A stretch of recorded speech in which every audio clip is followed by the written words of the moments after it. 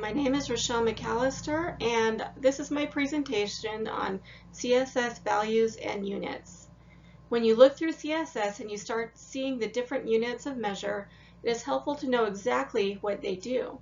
To help you better understand how the CSS units of measure work, here are some explanations and examples of how the most commonly used ones work. During this presentation, I will go over values and units, types of CSS units, absolute units, pixels, font relative units, EM, REM, EX, and CH, viewport relative units, and percentage unit. What are values and units in CSS? In CSS, a value is the method used to express a group of permissible subvalues. A value in CSS may also be called a data type. A unit is a measure in CSS that is used with a value to define a CSS property. The three categories of CSS units are absolute units, font relative units, and viewport relative units. Absolute units. These units rely on absolute values and are not changed by screen size or fonts. Variations in screen resolution will affect how these units display. The following is a list of absolute units: pixels, inches, centimeter, millimeter, picas, and points. The most commonly used unit is pixels for screens. The other units are primarily used for print. Pixels are the most commonly used unit of measure because there are many standards in web design based around the pixel. Just for your own knowledge, a pixel maps to 1 pixel on your screen. It's super small, but the point of having this reference is to know exactly how much physical space an element or text will fill. When you are using pixels, keep in mind that these units change relative to the size of the screen. 12 pixels is going to look a little different depending on whether it's on a phone or a laptop. Pixels form the base measurement of websites. The default root size of a web page is set to 16 pixels by all of the popular browsers. And if you look at this little thing here, this is basically the relation between all absolute units, and they can be demonstrated like this. Font relative units. These units rely on the font family or font size listed in the document or parent level elements. They are EM, REM, EX, and CH. EM is comparative to the font size value of the element. The closest parent gives the EM its font size. For example, if a parent element has a font size of 20 px, then 1 EM will equal 20 px for all its child elements. A clear advantage of using the EM unit over px is that if changes need to be made to the font size, padding, and margin, only the parent element font size needs adjusting. All other elements will automatically adjust. Absolute units must be changed individually. However, the EM unit can be complicated when there are nested elements that have font size in EM of their own. On this slide is an example of a div with 3 child elements using EM. So if you notice, the font size is 18 pixels. And then the class.example is also 18 pixels. And the child element is 1 EM. And then the padding and margin are 0.5 EM. And then we have another font size with 1 EM.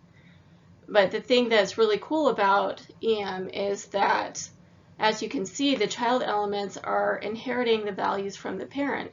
So what you see on the screen is uniformity.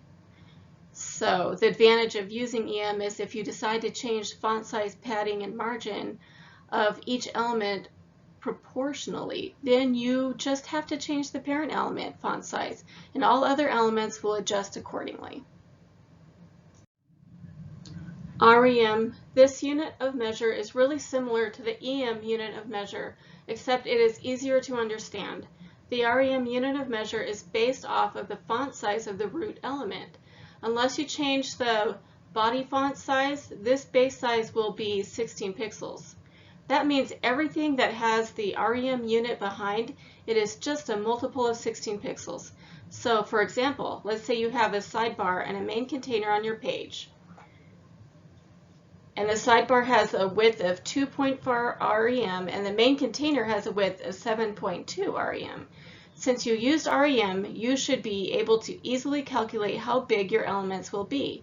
This is a big advantage over EM because you don't have to keep up with the font size of every element, and it still does a little scaling when the page is looked at on different devices.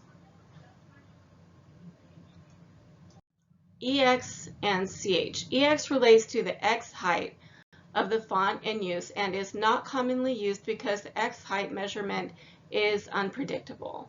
And CH is like EX, though it does not rely on X height, but on the width of the 0 character. Viewport relative units. The following units rely on the viewport height and width. VH refers to viewport height, VW viewport width, Vmin viewport minimum, Vmax viewport maximum.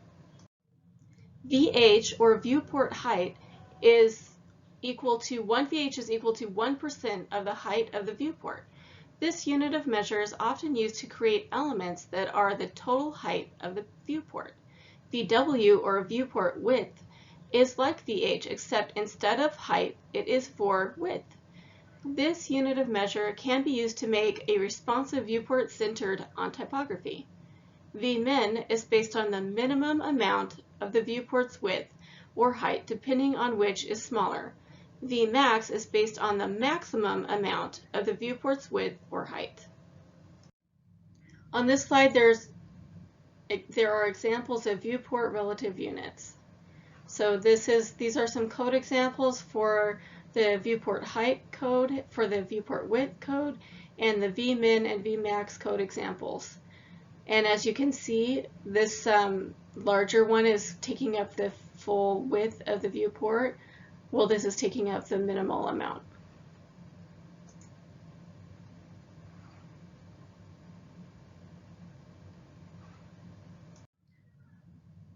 The last unit of measure I'll be talking about tonight is the percentage unit.